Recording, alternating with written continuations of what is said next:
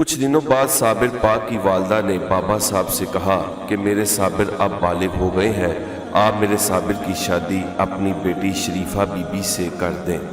حضرت بابا فرید رحمۃ اللہ علیہ نے فرمایا، علی احمد صابر شادی کے قابل نہیں ہے، وہ ہر وقت حالت جذب میں رہتا ہے، اس حالت میں شادی کرنا صحیح نہیں ہے۔ حضرت صابر پاک کی والدہ نے کہا، میں چونکہ بیوہ ہوں اور وہ یتیم ہے، اس لیے آپ اپنی بیٹی کے رشتے سے انکار کر رہے ہیں۔ آپ نے فرمایا، ایسی بات نہیں ہے۔ بہن کے اصرار پر حضرت بابا فرید رحمۃ اللہ علیہ نے اپنی بیٹی کا نکاح صابر پاک سے کر دیا۔ رات ہوئی تو آپ کی والدہ نے آپ کے حجرے میں چراغ روشن کر کے دلہن کو حجرے میں بھیج دیا۔ تمام رات دلہن ادب سے کھڑی رہیں اور تہجد کے وقت جب آپ نے مراقبہ سے سر اٹھایا تو سامنے عورت دیکھ کر پوچھا، تم کون ہو اور کیوں کھڑی ہو؟ دلہن نے عرض کیا، میں آپ کی زوجہ ہوں اور خدمت گزاری کے لیے حاضر ہوں۔ آپ نے فرمایا، خدا وحدہ لا شریک ہے، اس کی کوئی بیوی نہیں ہے، میں اس کا بندہ ہوں اور اس کے جمال میں گم ہوں۔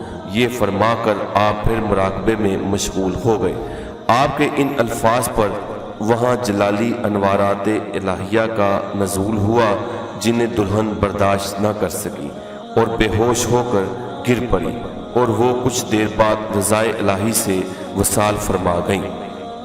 حضرت علی احمد صابر رحمۃ اللہ علیہ کی دلہن کے اس طرح اچانک انتقال سے حضرت مخدوم پاک کی والدہ کو بہت صدمہ ہوا۔ اس صدمے کے باعث وہ بیمار ہو گئیں اور 614 ہجری بروز جمعے کو اس دنیا سے پردہ فرما گئیں۔ والدہ کے وصال کے بعد حضرت صابر پاک تقریباً 9 برس تک عالم استغراق میں مستغرق رہے اور اس کیفیت کا آپ پر شدت سے غلبہ رہا۔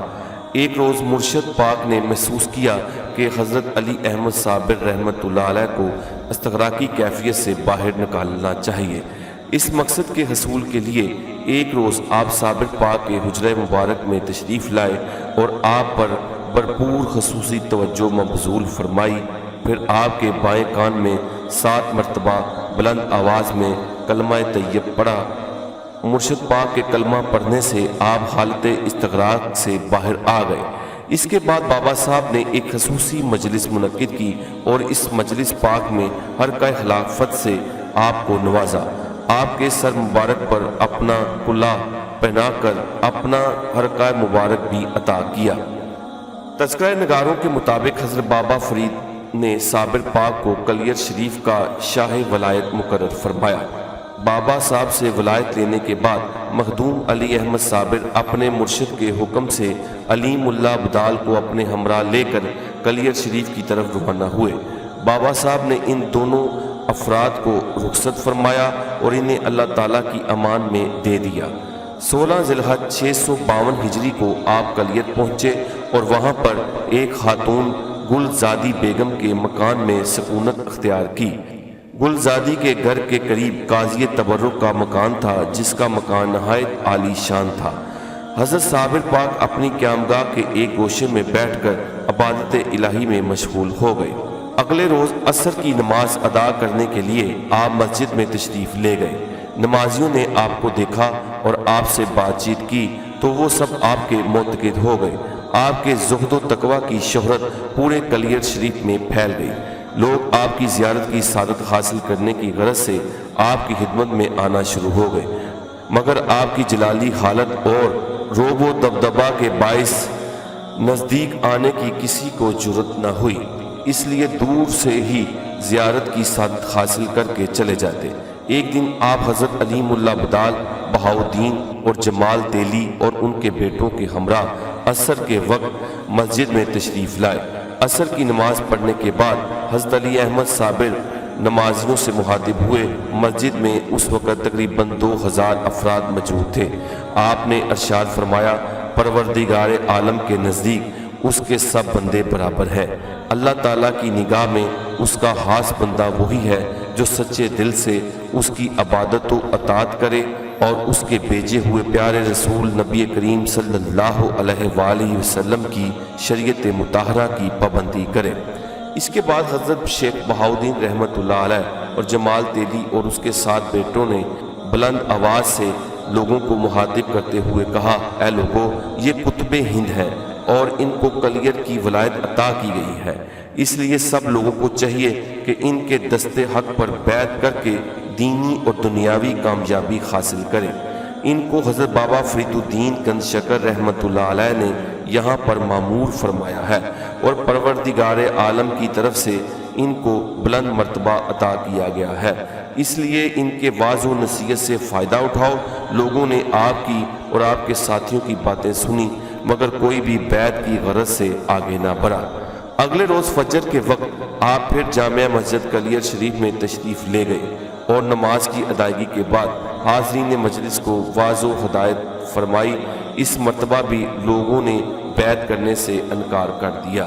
یہ عذر کیا کہ ان کا روحانی پیشوا اور رہبر شہر کا قاضی ہے جس کا نام قاضی تبرک ہے۔ قاضی تبرک کی موجودگی میں وہ کسی دوسرے کو امام تسلیم نہیں کریں گے۔ قاضی تبرک کو جب حضرت کی آمد کی خبر ہوئی تو اس کو یہ فکر ہوئی کہ کہیں اس کا اقتدار نہ چلا جائے اور اس نے حضرت کی مخالفت شروع کر دی۔ قاضی تبرک نے آپ کی مخالفت کی انتہا کر دی۔ اس نے رئیس کلیر قیام الدین کو بھی آپ کی طرف سے بدظن کر دیا اور کہا کہ کلیر میں ایک ایسا شخص آیا ہے جو اپنی بزرگی کا دعوے دار ہے اور اپنے آپ کو کسی مرشد کامل کا بھیجا ہوا بتاتا ہے اور کہتا ہے کہ کلیر کی ولایت اس کے سپرد کی گئی ہے۔ وہ جامع مسجد میں بھی اسی طرح کی باتیں اور واضح و تلقین کرتا رہتا ہے جس سے نمازیوں کی نمازوں میں فطور پڑتا ہے اور لوگ اس کی باتوں کا اثر لیتے ہیں۔ اگر فوری طور پر اس کا سد باب نہ کیا گیا تو ہو سکتا ہے کہ وہ کسی دن ہمارے لیے نقصان کا باعث بن جائے، اس لیے ضروری ہے کہ اس مسئلے کو جلد ختم کیا جائے۔ کلیر کے رئیس پر قاضی تبرک کی باتوں کا اثر ہوا اور اس نے حضرت علی احمد صابر کو اپنے اقتدار کے لیے خطرہ سمجھا۔ رئیس کلیر قیام الدین بذات خود آپ کا آواز سننے کی غرض سے جامع مسجد میں آیا۔ حضرت علی احمد صابر رحمۃ اللہ علیہ جامع مسجد میں تشریف لا چکے تھے۔ قاضی تبرک نے چونکہ پہلے ہی رئیس کلیر کے کان بند رکھے تھے اس لیے اس نے نماز سے فارغ ہونے کے بعد آپ سے ملاقات کی اور کہا، آپ سلطان الاولیاء اور قطب الاقطاب ہیں، اگر یہ درست ہے اور آپ کا دعویٰ سچا ہے تو بتائیے، میری ایک بکری ہے جو کہ 3 ماہ سے غائب ہے۔ اس کی رنگت سفید اور قد دراز تھا اور وہ بہت خوبصورت بکری تھی، اس وقت کہاں ہے؟ اگر آپ نے اس کے بارے میں صحیح بتا دیا تو ہم اہل کلیر آپ کی امامت، ولایت، قطبیت تسلیم کر لیں گے۔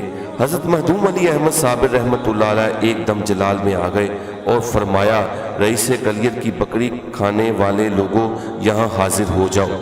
یہ الفاظ آپ کی زبان مبارک سے ادا ہوتے ہی فوری طور پر 27 آدمی گھبرائے ہوئے جامع مسجد میں داخل ہوئے۔ آپ نے ان سے دریافت فرمایا، تم نے رئیس کلیر کی بکری کھائی ہے؟ ان لوگوں نے رئیس کے خوف سے انکار کیا اور کہا، یہ ہم پر بہتان ہے، ہمارا اس معاملے سے کوئی تعلق نہیں ہے۔ حضرت علی احمد صابر رحمۃ اللہ علیہ نے بہت چاہا کہ ان کا پردہ فاش نہ ہو مگر وہ لوگ انکار ہی کرتے رہے۔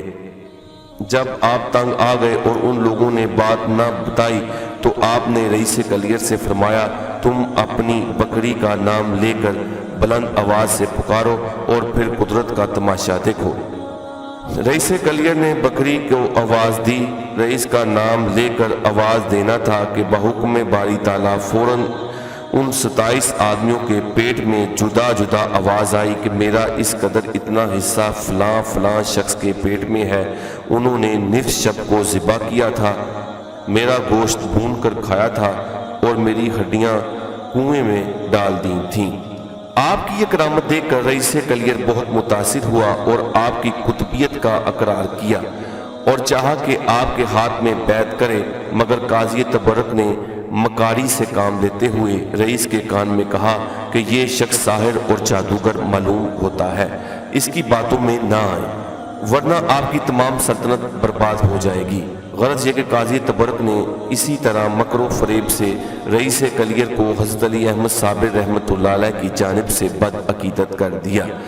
رئیس اس کے ورگلانے میں آ گیا اور آپ سے کہنے لگا تمہارا معاملہ جادو کا معلوم ہوتا ہے، تم کتب نہیں ہو۔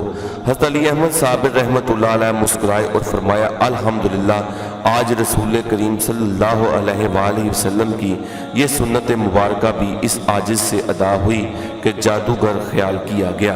یہ فرما کر آپ اپنی قیامگاہ کی طرف تشریف لے گئے۔ آپ کے اس طرح خاموشی کے ساتھ اپنی قیامگاہ کی طرف چلے جانے کے باوجود قاضی تبرک کو یہ خوف لاحق تھا کہ اگر کسی طرح حضرت مخدوم پاک کا سکہ جم گیا تو میں فوری طور پر اپنے منصب سے الگ کر دیا جاؤں گا۔ اس لیے اس نے آپ کی مخالفت میں کوئی کمی نہ کی اور رات دن آپ کو تنگ کرنے اور آپ کی مخالفت پر کمر بستہ رہا۔ اس نے آپ کے خلاف پروپیگنڈا کی انتہا کر دی، مگر حضرت علی احمد صابر رحمۃ اللہ علیہ نے بھی صبر و تحمل کی انتہا کر دی۔